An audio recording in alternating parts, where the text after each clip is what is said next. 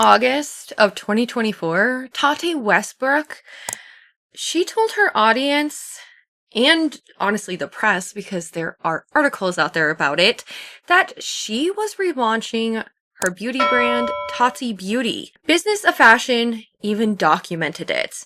And this was after her lawsuit was settled. She had her name back. Beauty was coming from Tati Westbrook again, and everybody was so excited.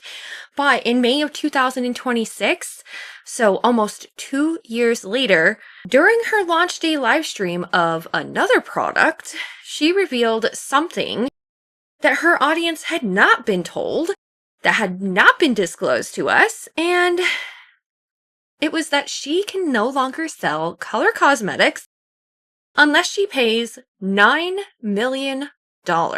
What did she launch instead? A supplement drink. Now, does that sound familiar? Tati has been known as a beauty guru for a very long time. She built one of the most trusted presences in the beauty community and in the YouTube space. And it wasn't because of drama, because there was a little bit of drama thrown in there, if you don't remember Dramageddon. Because for years, she was known as giving honest, unfiltered, trusted reviews about product. The truth. Unbiased, unsponsored content from her, even if she received something in PR. She never took a sponsorship. So in October of 2019, she launched her beauty brand, Tati Beauty. And she released the very first palette, the Textured Neutrals Volume 1, which I did have a chance to snag and I still have in my collection today. It sold out in approximately 12 hours. No shock there. It is not a coincidence. It is a decades-long audience trust conversion, meaning that she had built trust with her audience, and when she had launched a beauty brand, they knew she would deliver on the best quality possible. While everyone raved about the Textured Neutrals Volume 1, and they were requesting restocks, in early 2020, instead of restocking the Textured Neutrals Volume 1, or even launching more product in general, she launched the Blendiful, which I also had a chance to purchase myself. Then came her lawsuit. Now I wonder if I still have my Blendiful somewhere in my collection. I'm pretty sure I do. Maybe it's on the floor. So in October of 2020, Clark Swanson, who was he is now her former business partner, but was a business partner at the time with Halo Beauty, he sued Tati and her husband, James. He sued alleging fraud, negligence, and breach of fiduciary duty by Tati and James. So what was the central allegation there? Instead of honoring their original agreement to expand Halo into makeup, the Westbrooks, they went to Seed Beauty. And if you're unfamiliar with Seed Beauty, they are the incubator for brands like Kylie Cosmetics and ColourPop, and then launched Tati Beauty separately from Swanson, and it cut him off entirely. Tati publicly has stated that she sold her Los Angeles home and condo to fund the legal battle with Clark Swanson, and in November of 2021, it was announced that Tati Beauty was officially going to be closing its doors. They blamed COVID as well as the litigation, and those were cited reasons for closure with the brand. So fast forward to August 2024, the settlement is done. They are done with their litigation, their lawsuit with Clark Swanson, and Tati formally announced she would be stepping down from Halo Beauty, effectively, immediately. And Business of Fashion reported that, and I'm reading directly verbatim from what Tati said to them, she announced her plan to independently relaunch her makeup brand, Tati Beauty. That's what we were told. We're going to look at the full evidence log of the launch and not a supplement claim of the new brand from Tati Westbrook, Unfair Advantage, and how it took everybody, honestly, by shock and surprise Not just that she wasn't releasing makeup, not that she wasn't expanding her details by Tati, but the fact that she can no longer create color cosmetics, so she created Unfair Advantage instead. Before we actually examine Unfair Advantage, we're actually going to look at everything leading up to Unfair Advantage. In the days leading up to May 18th, when Tati actually posted her official announcement video of Unfair Advantage, she had been building anticipation through many live streams on her YouTube, and even her husband James had stepped in and he had claimed and stated clearly that what they had created was not another supplement. So everybody was left feeling like maybe Tati was coming out with makeup again, or even they were coming out with skincare. And they leaked the name Unfair Advantage. Tati literally had claimed that it was the best thing she had ever created. We're going to let that land for a minute. And honestly, that is why I thought maybe it was going in the makeup skincare direction again. But what launched the next day, May 19th, was Unfair Advantage, which was the Go-Go juice. It is a powered drink mix with 75 milligrams of natural caffeine from guarana seed extract. It has a prebiotic digestive fiber, methylated B12, ionic trace minerals, vitamin C from acerola cherry. It is, by every definition, every functional definition, a supplement, what James said. It is not. So Tati has actually positioned the Go-Go juice as a functional nutritional beverage. That is a marketing tactic, not a regulatory one. I'm going to give credit where credit is due, okay? The formula is not loaded with artificial sweeteners, and it has no stevia, no sucralose, no artificial colors or preservatives, which is a good thing. There's no like red 40 or B whatever or yellow anything. There are no actual dyes in it as well. Tati has made a real formulation to service a clean positioning for this drink brand. And honestly, when you think about the word or the term clean, is actually another marketing tactic because it's not a regulatory standard. It's not a regulatory standard by the FDA or by any other regulation agency for food and beverages. So let's get deeper into Unfair Advantage and the drink formula. We're going to look at the ingredient forensic audit. So here's what the Go-Go juice and what it has in it and what the evidence actually says. So it does have guarana seed extract, which is 75 milligrams of natural caffeine. It is a moderate defensible caffeine dose. It is broadly equivalent to a standard cup of coffee. Guarana, it does deliver caffeine more slowly than synthetic caffeine, which supports a no jitters claim. So you won't get jittery if you drink too much of it. So the science with that is relatively solid. There is a prebiotic digestive fiber. So it claims to have 3 grams sourced from chicory root, Jerusalem artichoke, non-GMO corn, and agave. Chicory root and Jerusalem artichoke, they are fructooligosaccharides, something like that. They're established prebiotic sources, and 3 grams per serving, it honestly is a modest but functional dose for prebiotics. So that's where you get the gut health claim for Unfair Advantage and the Go-Go juice. So it is defensible that it does have substantial prebiotics. Now it also does have methylated B12. Methylcobalamin, not cyanocobalamin, however you say that. I am not a ingredient specialist. This is just what I've researched. But anyway, Tati has spoken at length about, and honestly, her personal stake in methylated B12. She is correct that for the estimated 40% of Americans with the MTHFR gene mutation, methylated B12 is more bioavailable. That's not marketing language. That's just fact. And it's science. And it's genuinely a better choice in a supplement formulation. They also get their vitamin C from acerola cherry, and this is food sourced, not ascorbic acid. So that is a bioly available argument. So food matrix vitamin C is absorbed differently than isolated ascorbic acid. And that's a real distinction. They also mentioned that there are trace minerals like aloe vera juice powder, turmeric, and potassium. So on paper, it is, a pretty coherently assembled formula. The individual ingredients, they are defensible. You can defend them. It does support the claims of energy, gut support, and immunity, and that's what they say is in the product. And we're going to look at the sweetener profile because she claims to have no stevia, none of the, fake sweeteners, and even sugar, which can lead to so many different issues.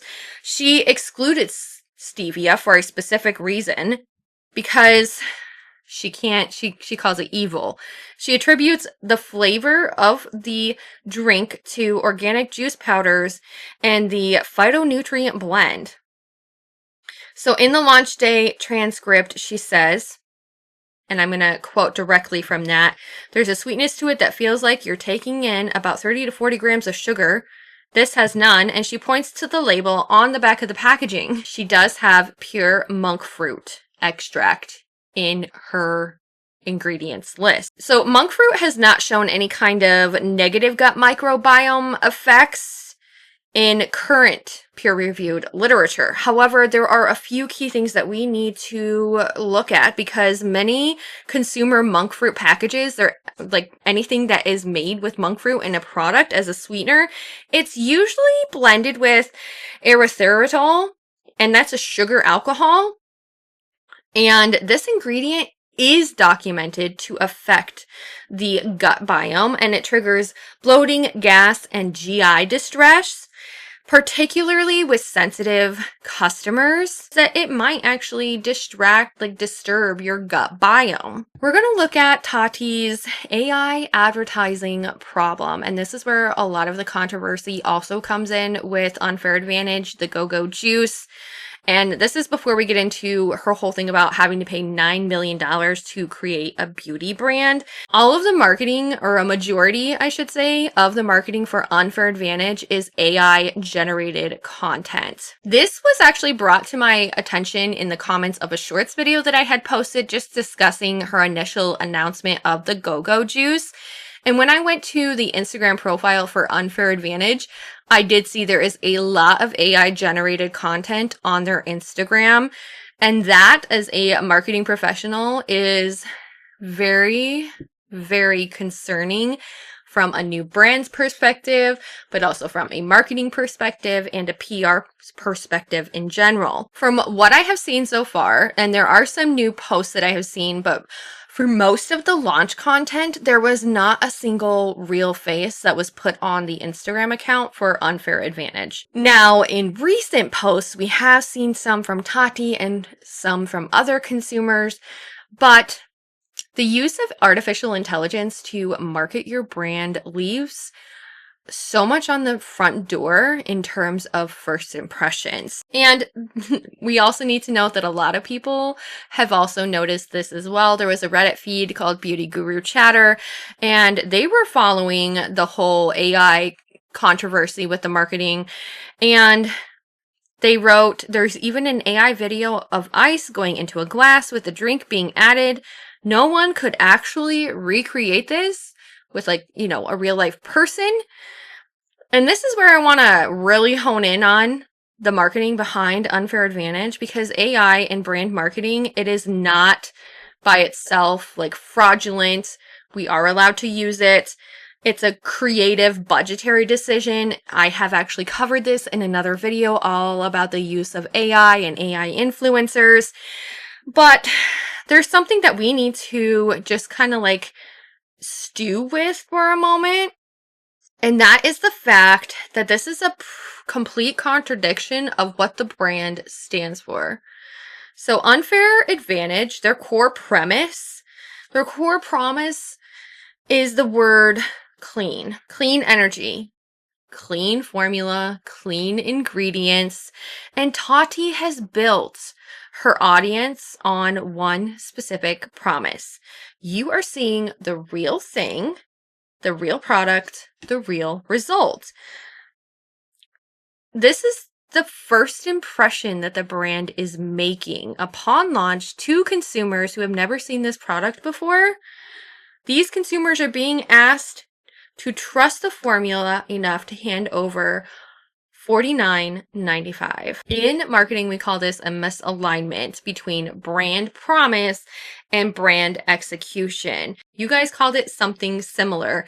In my shorts video, I had comments that were saying things like tacky looking, lazy, brands using AI because they don't want to pay graphic designers makes me never want to buy from them. Brand that positions itself on authenticity cannot open in with artificial intelligence visuals and not pay a credibility cost. So since then, the brand has rebounded a little bit as consumers have called them out for the use of AI generated content. They call it AI slop.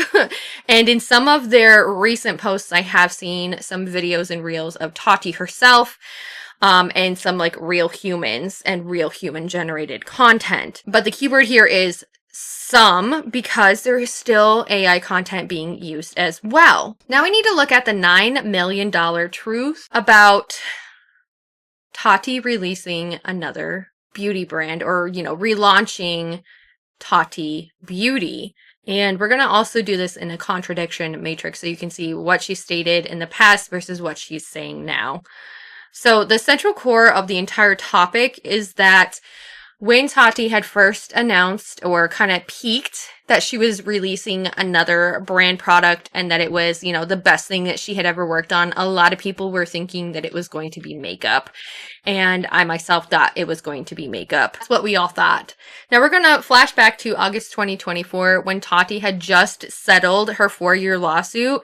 She stepped away from Halo Beauty. And then Business of Fashion did state that she announced her plan to independently relaunch her makeup brand, Tati Beauty. And her own video that she posted back then also echoed that same message, that she wanted to work on relaunching Tati Beauty because her legal battle was over. She had her name back, so beauty was the plan.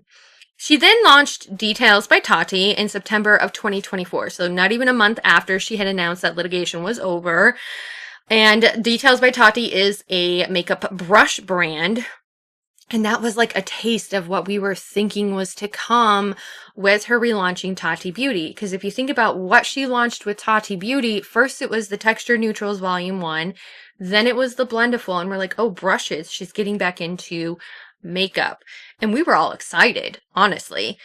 But on May 19th of this year, in 2026, her Unfair Advantage launch day video live, she revealed something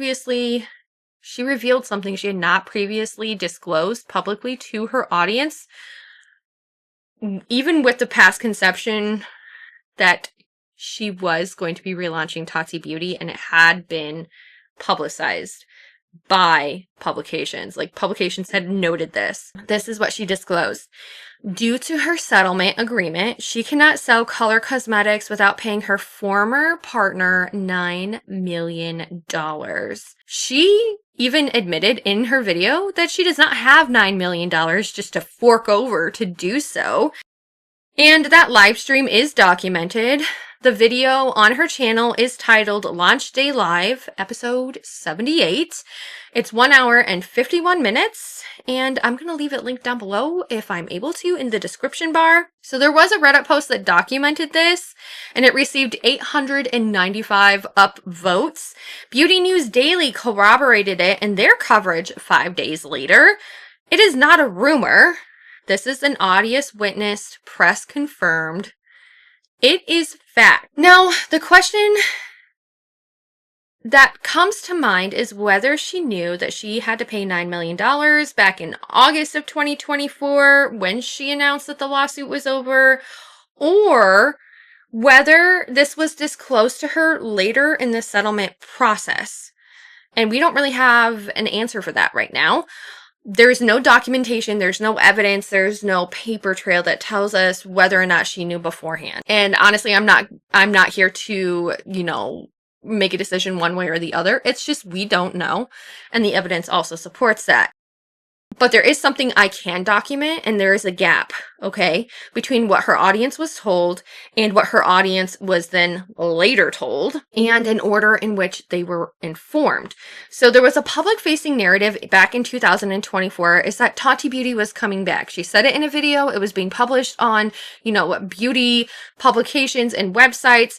And then the operational reality was disclosed in 2026 is that bringing back a beauty brand under her would require $9 million to unlock. And then I thought about that for a minute. And I thought about the litigation between her and Clark Swanson. And she had to pay $9 million to a former partner to build another beauty brand. And it's not Clark Swanson that she would have to pay. It's not Clark Swanson who she settled with that stipulation. It's actually the identity of the former partner she's talking about holding the restriction is most likely Seed Beauty, because they are the ones who helped her found Tati Beauty. They manufactured Tati Beauty. They were identified by name and cosmetics business that reported on the closure. So Seed Beauty, like I said, they produced Kylie Cosmetics, KKW, and Tati Beauty. When that partnership was dissolved, there came contractual conditions for Tati, a $9 million non-compete clause for color cosmetics. There was a Reddit commenter with knowledge of branding dissolution, and they noted brutal but standard. So this is what I came into conclusion to after reading all of this. After Tati had ended her litigation with Clark Swanson, she was also given the contractual conditions with Seed Beauty upon closure of Tati Beauty that she would have to pay a non-compete $9 million fee to be able to start another beauty brand. Apparently, this is standard for large brands and less standard for independent creators attempting to re-enter the market. And that is the reality for her audience. And we need to understand that because we need to understand it before we process the Go-Go Juice launch, not just during it. So we were given the information not only that Tati Beauty was never coming back, but that she was releasing a supplement at the same time. And we had to process that information, something that we should have been told way beforehand, and not something that we should have been promised back in 2024. I want to look at the biggest question of all. Is the Go-Go Juice a cash grab? This is something that I've had a lot of people commenting on my shorts video about, and thank you so much for interacting with that video. If you guys want to see it, I'm going to try leaving it in the description bar down below or even in the eye for you to take a look at. But we're going to take a look at the business logic, the honesty, and the objectivity. We're going to take a look at the business logic behind the unfair advantage Go-Go Juice. I'm doing this honestly. I'm doing this objectively. And these are the answers to the questions that Tati's audience is asking. These are things that I have seen in my comments section. Tati's accessible product lanes as of today, what she can and cannot produce. And a lot of people have been asking that. For color cosmetics, she is blocked. She's not allowed to create color cosmetics unless she pays $9 million to her former partner, allegedly Seed Beauty. Skincare is potentially under that, depending on the precise scope of the non-compete clause in her contract. We don't know about fragrance either, but it is likely more accessible. And then with supplements and functional beverages, like the Go-Go Juice, she has no restriction. She went back to the lane that had no restrictions. She can't create color cosmetics. We don't know if she's allowed to create skincare. So she went back to a lane that she knows, and that is supplements. And it is the same category that sparked the original lawsuit back in 2021 with Halo Beauty and Clark Swanson and that entire mess. So is this cynical? Is it calculated? We're going to look at what the evidence supports and what it doesn't, okay? So the Go-Go juice is priced at $49.95 for 20 servings. That's $2.50 per serving in the premium functional beverage market that is highly competitive, which you guys have also noted in my comment section, is that functional beverages are very, very, very, very competitive. So AG1 runs significantly higher per serving. The price point alone does not make this a cash grab. So she did run a promo for a little bit. It was $39.95 if you bought it during the launch window, and it was going to go back up to $49.95. So that's where the $49.95 comes from. And eventually she said that she will have subscriptions available as well. So it will be a little bit less for that. One thing we do need to make note of though is that the market for drinks is very, very saturated, and in Reddit communities across the board, they did not mince words about that common known fact. They have said that these kinds of drinks and individual packets have dust on them. Red Bull is still number one. In other words, a lot of consumers are passing over these like packaged powder mixers, and they're going to Red Bull, Monster, and those types of energy drinks. And more pointedly, commenters also noted that she's not a registered dietitian, okay? She's not a nutritionist. She's not a dietitian. She has not even a fitness or a wellness person. And they also feel like it is a very bizarre business move. And I have to concur with that because yes, she has done vitamins before, but it was for hair, skin, and nails. And that is more like the beauty aisle. And then we see her doing this drink energy supplementation thing. And while she has pivoted to creating something more holistic within herself and her routines and, you know, her health in general, and she does do workouts and stuff, she's not known for that. She's not branded for that. She doesn't have a fitness channel. She doesn't have a wellness channel. And we also know for a fact that she's not a dietitian or a nutritionist. She has no background in that. So that perception definitely matters. And people are noting it, okay? Tati has built a reputation in the beauty space, not in the nutritional, supplementation, wellness space. She has plenty of years in the beauty space, and that speaks to her expertise, and that's how she has built trust. So there is a trust transfer from I know makeup to I know your gut health, and it is not automatic, and people are noting that. They trust her for makeup reviews, but they don't trust her for gut health and supplementation because she's not known for that. She's not known for being an expert in that specific area. She is not noted to have those types of wellness credentials. And her audience, the ones that showed up for the launch, they told her exactly where their loyalty is, and they were not happy with this launch either. People said if I had money to spend and had a choice between Go-Go Juice and $50 at Ulta, I would always pick makeup. And that tells you everything you need to know about the audience that she has built on her YouTube. She has built an audience that is very beauty and makeup focused, not wellness focused.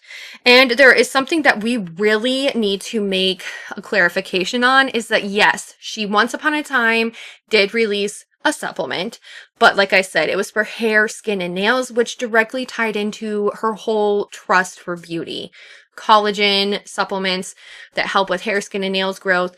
And she created those types of supplements to help your skin from the inside out. We also need to note that there is no hostility toward Tati in general. The consumer is just communicating a clear preference over what she has launched, okay? So there is a couple of theories that are circulating in the community that are worth mentioning, and they think that the brand was built as a potential acquisition target. So she's building a brand, building a name for itself, building a customer base, and then her exit strategy would be to sell it, okay?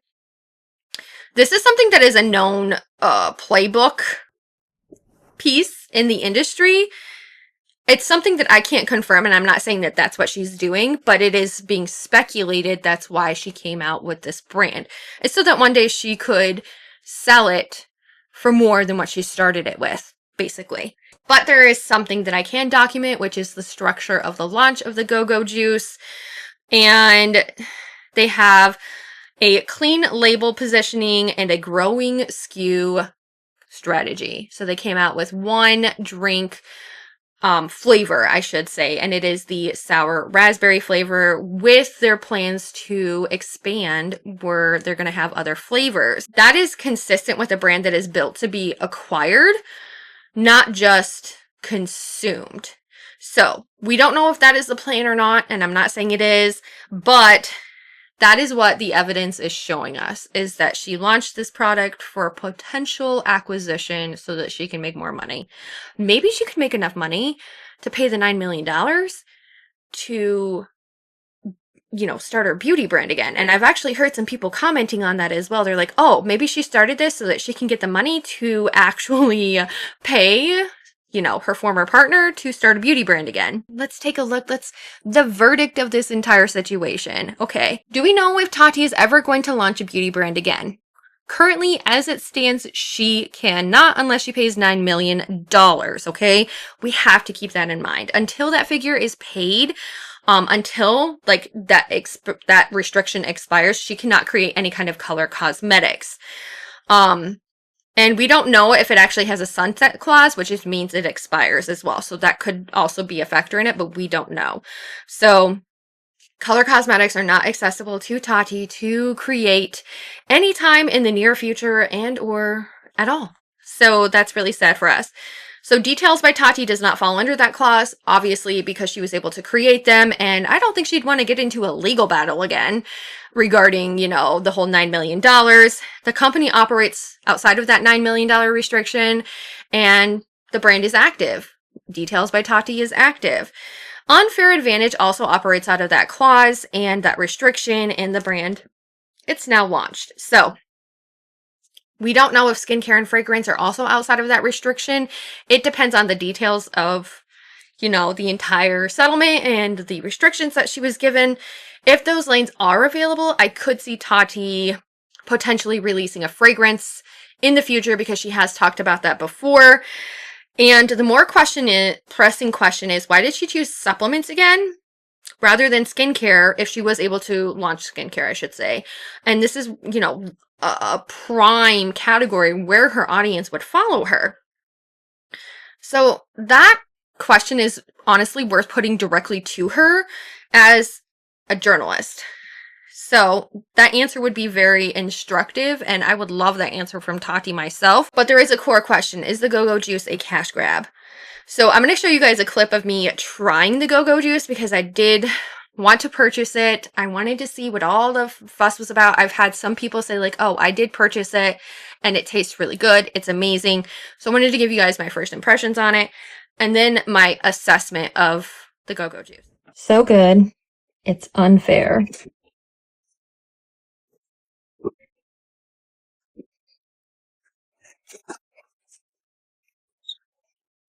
All right, so we have this little card, unfair advantage, a disadvantage that becomes your greatest strength once you face it and conquer it. An edge earned, not given, but built by overcoming what was meant to break you. Okay. We have the Go-Go Juice, unfair advantage, 7 raspberry, which I like raspberry. Because taste matters, XO Tati. Repost party. Interesting. So, no artificial colors or sweeteners. Just take a look at the back of this for you guys. A probiotic digestive fiber, orange juice powder, guarana seed extract. That's where you actually get your caffeine from. Then there's some other long ingredients in here with vitamins. And it is also sweetened with monk fruit extract, but it does not say if the monk fruit is raw or not. So that's interesting. 10 calories for one packet. You get 20 packets in total. And there's more of the information. 4 grams of carbs. So let's put it into water and taste it.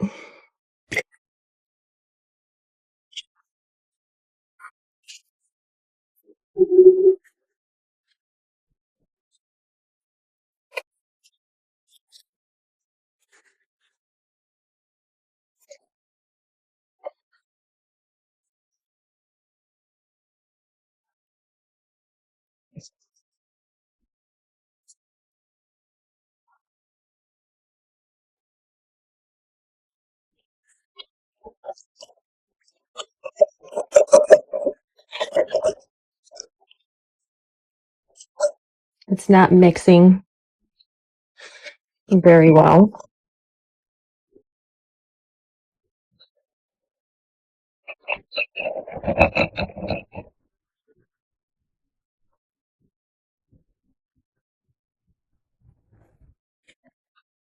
Okay, guys, pardon my hair. I do have like lighting behind me and I just have curly hair. And okay, so it said to taste in 8 to 12 ounces of water. I did use a water bottle, which is 16 ounces. This is what it looks like. I'm going to try it. This is like room temperature water. It's actually a little bit cold. It's like 65 degrees in my house. So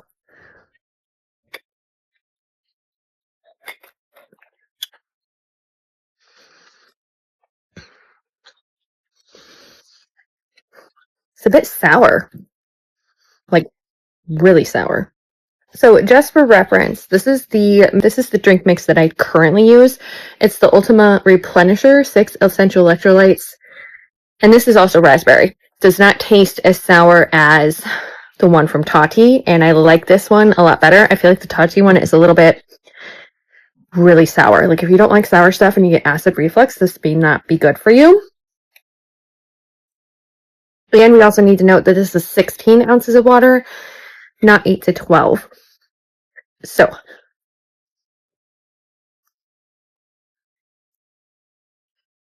it tastes like Kool-Aid. And you can taste the monk fruit in it. Like I'm not a fan of monk fruit, and you can taste the monk fruit in it. But this does have 75 milligrams of caffeine, apparently. And I was like, I'm going to get a cup of coffee. And then I was like, no, I should try this because it literally just came in the mail. So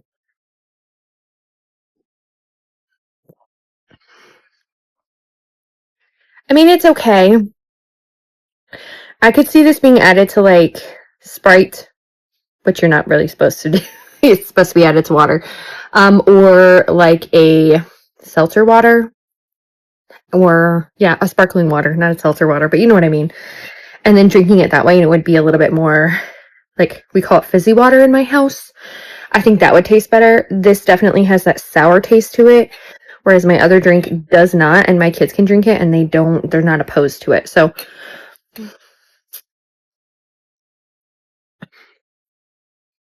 yeah, I can definitely taste the monk fruit, though. Which, it has this, like, weird, almost overly sweet taste, monk fruit does, whereas this one has stevia, which I know stevia, everybody's like, oh my god, stevia. But this one, I will link for you guys so you guys can see the ingredients of this one, which is an electrolyte drink, versus the Unfair Advantage Go-Go Juice. Now, this one has 90 servings in it for $45. As the Go-Go Juice from Tati, you get 20 servings. I paid, technically it was like $40, but actually it retails for $50 because she discounted it for launch time. So, yeah.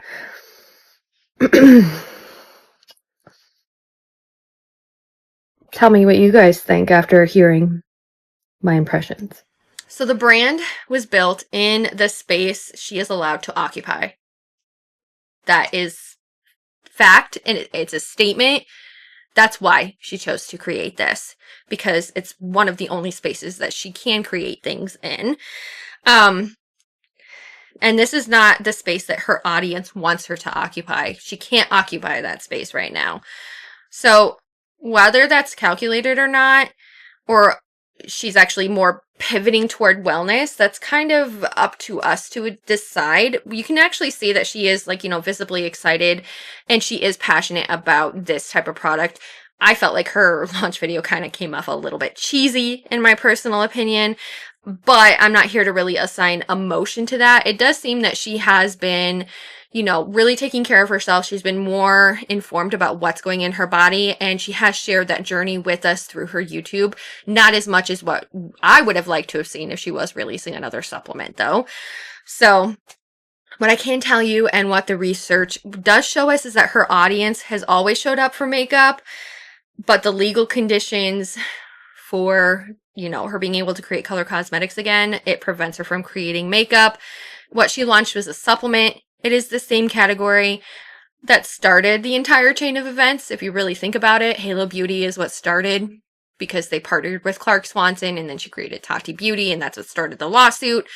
So I don't know if Go-Go Juice is going to survive on its own merits, and that's going to depend on whether consumers are willing to buy what she has created, or and buy that she's a wellness creator in general, or they're going to stick with the Tati is a beauty content creator, and I don't trust her to be a wellness creator.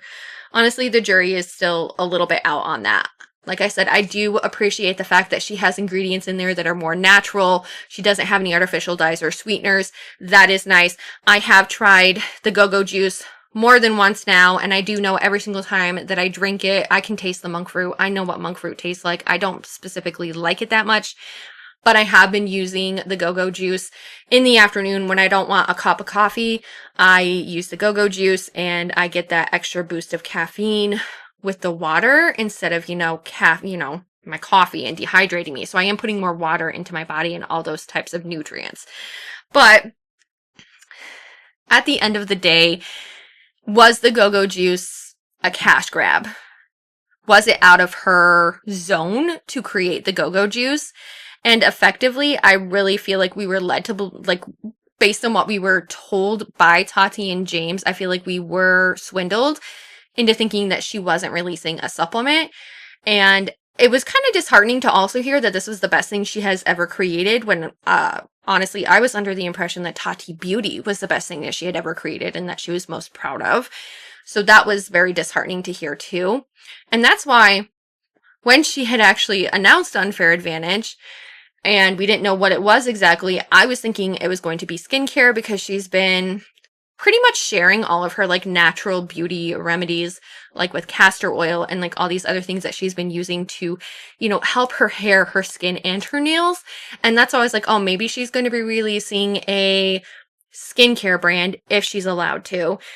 And it ended up being another supplement. And I do feel like we were duped by everything leading up to the launch of Unfair Advantage. So I am going to leave my sources in the description box down below. If I run out there, please check the pinned comment. But if you guys like a journalistic marketing lens on the beauty space, I definitely suggest that you subscribe, because I have so much coming to my channel, and I hope I get to see you in my next video. Bye!